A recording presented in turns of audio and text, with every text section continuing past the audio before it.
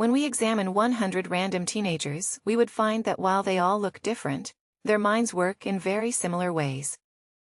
One or two, however, have minds that are atypical in a particular way. They could be diagnosed with autism. This happens to boys 4 times as much, perhaps because diagnosing them is easier. Children and adults who are considered autistic experience the world differently because they were born with various degrees of neuroatypical traits. Most autistic children have more refined senses and share a deep desire to bring the logic into their surroundings.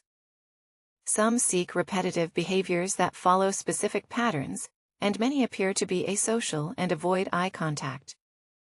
Autism is not a disease and therefore cannot be cured, since all our brains are different, and there is an endless range of nuances in their architecture.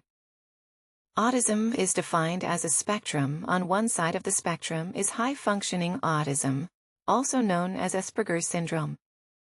These children are highly intelligent and have extreme abilities and interest in specific areas. In the middle are those with average intelligence and some problems learning new things in school. On the far end of the spectrum are children with severe learning disabilities, who may require support in their daily lives.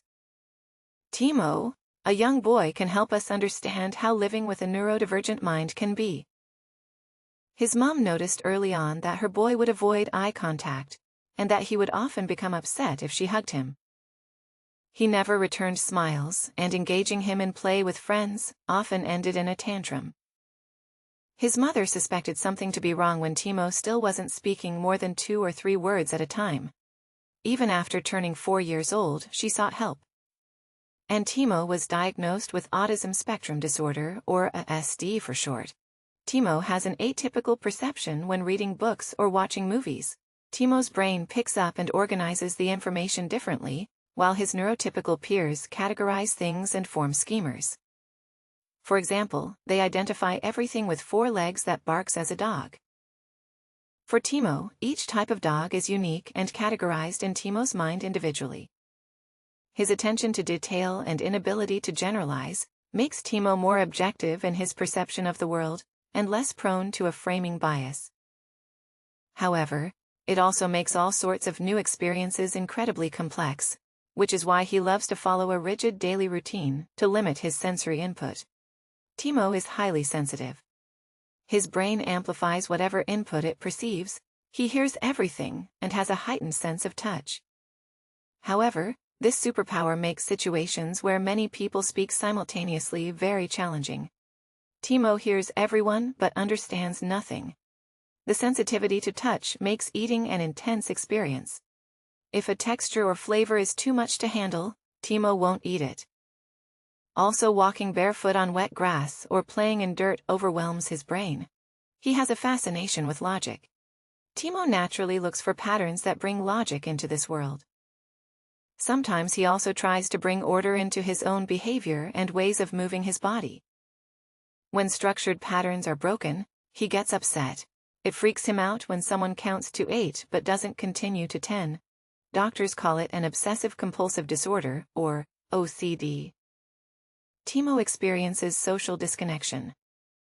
He has trouble connecting with others because social settings overwhelm his sensitivity and desire for order, because human emotions are incredibly complex and don't follow a set predictable pattern. Timo often finds himself misreading situations and upsetting people around him as a consequence. He avoids people and rarely makes eye contact, which doesn't matter that much to him. Since most of the things other people talk about are illogical, irrelevant, and boring. Anyway, for 4 years, his mother had him treated by a therapist who would show him images of faces to help him learn to identify feelings. This meant he got better at identifying facial expressions and corresponding emotions. However, personally, he is still not very interested in reading faces or establishing new social contacts. He has 2 friends who share the same interests and couldn't wish for more, since Timo's autism is not an illness we can treat, but rather a different way of him experiencing the world. The question remains whether we should try to change him through therapy or accept him for who he is. So, what do you think? Should we treat children with autism with therapy or celebrate them for who they are, or perhaps do both?